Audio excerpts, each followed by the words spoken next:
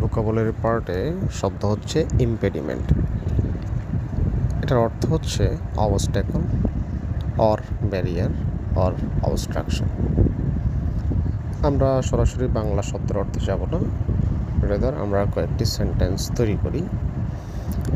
The lack of funding was a major impediment to the project.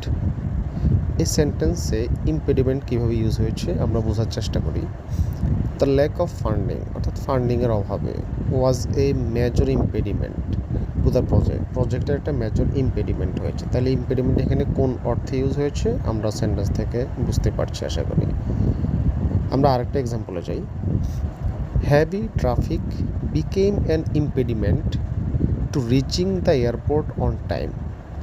অর্থাৎ heavy traffic এয়ারপোর্টে যাওয়ার ক্ষেত্রে অথবা এয়ারপোর্টে পৌঁছার ক্ষেত্রে একটা ইম্পেডিমেন্ট।